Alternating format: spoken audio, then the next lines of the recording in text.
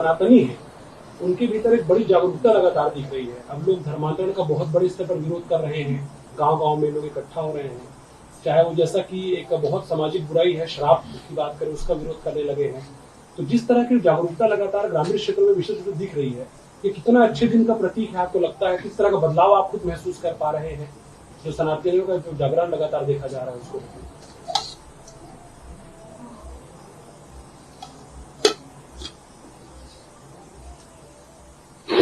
दर्शन, विज्ञान और व्यवहार तीनों दृष्टियों से विचार करें तो वेदादि शास्त्र सम्मत सनातन सिद्धांत ही सर्वोत्कृष्ट है। इस रॉकेट, कंप्यूटर, एटम, मोबाइल के युग में भी सनातन धर्मियों का वेदादि शास्त्र सम्मत भोजन, वस्त्र, आवास, शिक्षा, स्वास्थ्य, यातायात, उत्सव, त्योहार, रक्षा, सेवा, न्याय और विवाह का विज्ञान सर्वोत्कृष्ट है। ऐसी स्थिति में एक दार्शनिक सिद्धांत है कि तत्व पक्षपातो ही स्वभावोधियम। जीव का और जीव की बुद्धि का स्वभाव है तथ्य का, तत्व का, सत्य का पक्षधर होना। दर्शन, विज्ञान, व्यवहार में सामंजस्य साध करके वैदिक सिद्धांत को अभिव्यक्त करेंगे तो पूरा विश्व उसका अनुयायी होगा और हो भी रहा है। नारायण महाराज जी प्रणाम। मैं प्रमोद विष्णु, मीडिया 24 न्यूज से, रायपुर से। ये जो पश्चिम बंगाल के संदेश खाली में जिस प्रकार से खबरें सामने आई है कि दलित महिलाओं के साथ जो अनाचार की घटना हुई है और शाहजहां जो आरोपी है वो टीएमसी का नेता बताया जा रहा है, माना जा रहा है कि टीएमसी जो सरकार है उसको समर्थन दे रही है। ऐसा है कि अवांछित तत्व को कोई भी प्रश्रय दे सर्वथा मानवाधिकार की सीमा में वंचित, उसका समर्थन नहीं किया जा सकता। मातृशक्ति का शील सुरक्षित रहे हमारा दायित्व होता है। सनातन वर्णाश्रम व्यवस्था की विशेषता रही है कि शिक्षा, रक्षा, अर्थ और सेवा के प्रकल्प संतुलित, मातृशक्ति का शील सुरक्षित, बिना परिवार नियोजन, गर्भपात की जनसंख्या भी संतुलित। सनातन सिद्धांत के प्रति अनास्था उत्पन्न की गई स्वतंत्र भारत में उसी का यह विस्फोटक परिणाम। महाराज जी, मैं हेमंत शर्मा हूँ, स्वराज एक्सप्रेस से, रायपुर से।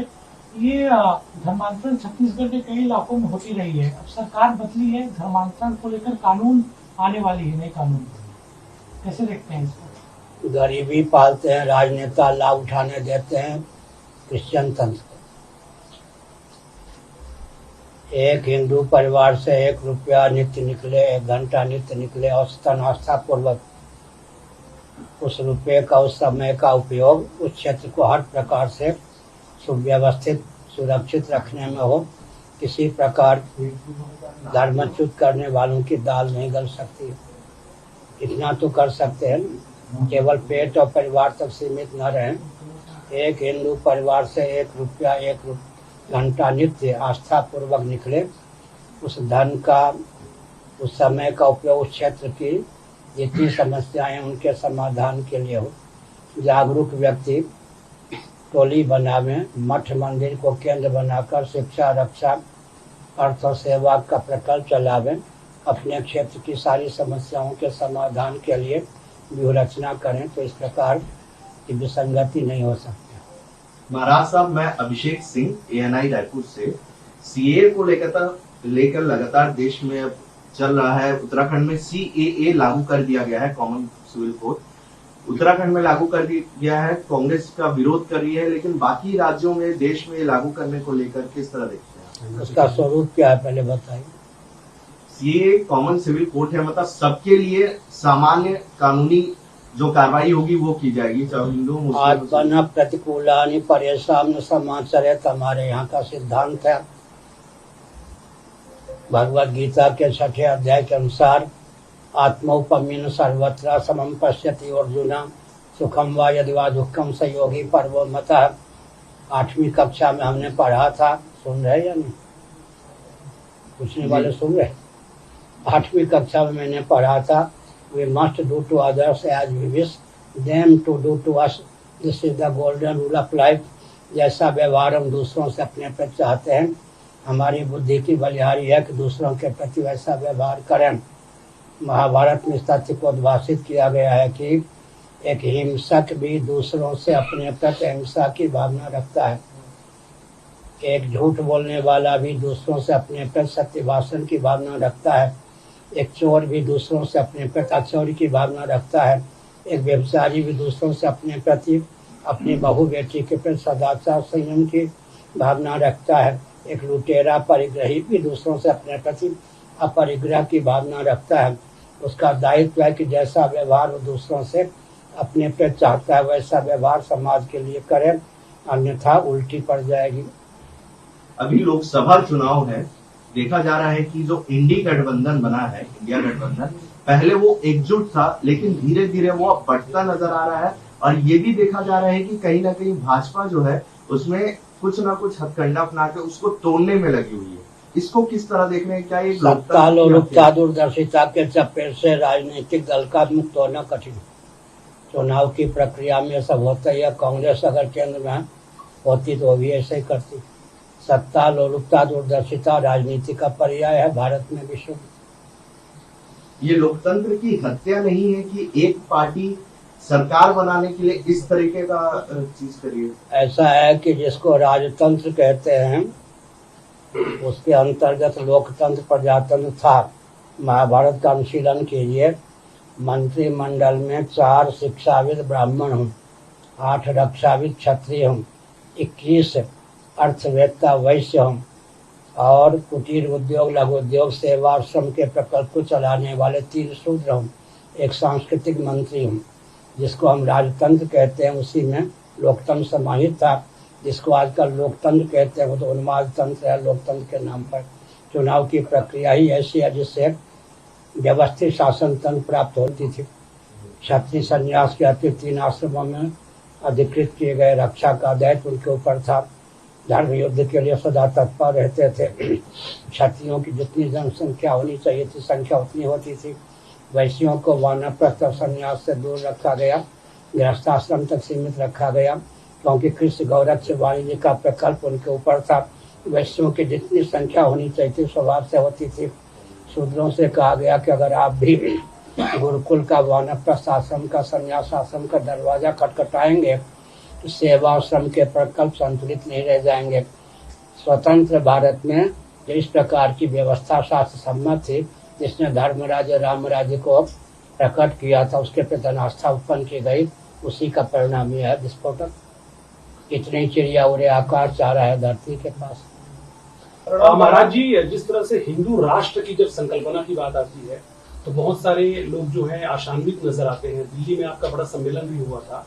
संवैधानिक रूप से हिंदू राष्ट्र कब तक बनेगा आपके हिसाब से? ऐसा है कि हम लड़ाने भिड़ाने की बात तो नहीं करते जी। सबके पूर्वज सनातनी वैदिक आर्य हिंदू थे, यह ऐतिहासिक तथ्य है, इसको कौन नहीं मानेगा।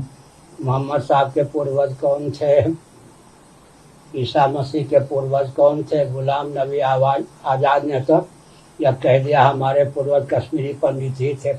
सबके पूर्वज सनातनी वैदिक आर्य हिंदू ही सिद्ध होते हैं। और वे जो थे पूर्वज 32 विद्या 64 कला में निपुण थे, सब प्रकार से आदर्श जिन उनका जीवन था।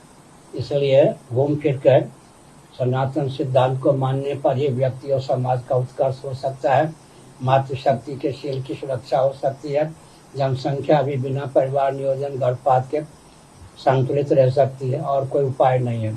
America, Britain, Germany, Japan, France, जहाँ परंपरा से वर्णाश्रम व्यवस्था विलुप्त है, वहाँ लाचारी है। कृत्रिम ब्राह्मण बनावे, क्षत्रिय बनावे, वैश्य बनावे, शूद्र बनावे।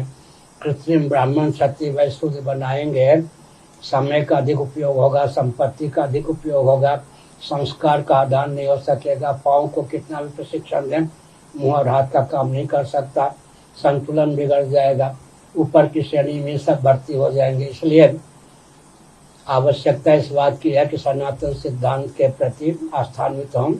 रॉकेट, कंप्यूटर, एटम, मोबाइल की संरचना भी सनातन सिद्धांत के द्वारा ही हुई है। विज्ञान और वैज्ञानिकों को भी दिशा देने की क्षमता सनातन सिद्धांत में है। उसकी उपयोगिता को समझने की आवश्यकता है। तदनुकूल जीवन यापन करने की समाज संरचना की आवश्यकता है। नहीं, मेरा इसी पे एक सवाल ये था, जिस तरह से प्रभु श्री राम मंदिर की प्राण प्रतिष्ठा हुई तो पूरा देश गौरवान्वित हुआ, पूरे देश में उत्सव का माहौल रहा। बहुत बड़ा जो बहुसंख्यक तबका है वो ये मानता है कि उनके जीवन काल में ही वो लोग हिंदू राष्ट्र बनता हुआ देखे संवैधानिक रूप से। तो क्या ये संभव लग रहा है आपको? इस बहुत सारे बुजुर्ग लोग भी हिंदू कहते राष्ट्र की हैं। आवाज कहाँ से बुलंद हुई? मर से ही ना, गोवर्धन मर से। तो हमको संभव नहीं लगता, हम क्यों बोलते? हमारे यहाँ से ये बात पूछी है ना। महाराज जी, मैं अनमोल न्यूज से हूँ, प्रणाम। गौ सेवा और गौ रक्षा के बारे में आप क्या कहना चाहेंगे? ऐसा है कि पृथ्वी को धारण करने वाले जितने तत्व हैं उनमें गोवंश का प्रथम स्थान है। सबको विकृत और विलुप्त विकास के नाम पर करने की योजना है, करने का अभियान है। उदाहरण के लिए स्कंद पुराण माहेश्वर कुमारिका खंड अध्याय 2, काशी खंड अध्याय 2, गोभिर विप्रैश्च वेदैश्च सत्यभिः सत्यवादिभिः अलुब्धैर् दानशीलैश्च सप्तभिः धार्यते मही। पृथ्वी को धारण करने वाला गोवंश है। छलवर डंके की चोट से विकास के नाम पर गोवंश को विकृत विलुप्त करने का प्रयास चल ही रहा है। गोभिर विप्रैश्च सदाचार संयम संपन्न वेदज्ञ ब्राह्मण पृथ्वी के धारक हैं, उनको भी विकृत और विलुप्त करने का प्रयास चल रहा है। ऋगादि वेदों को भी गणनीय का गीत कहकर विकृत करने का प्रयास चल रहा है। सती साध्वी देवियों को भी संकीर्ण विचारधारा का कहकर उन्हें भी उन्माद पर चलने के लिए प्रेरित किया जा रहा है।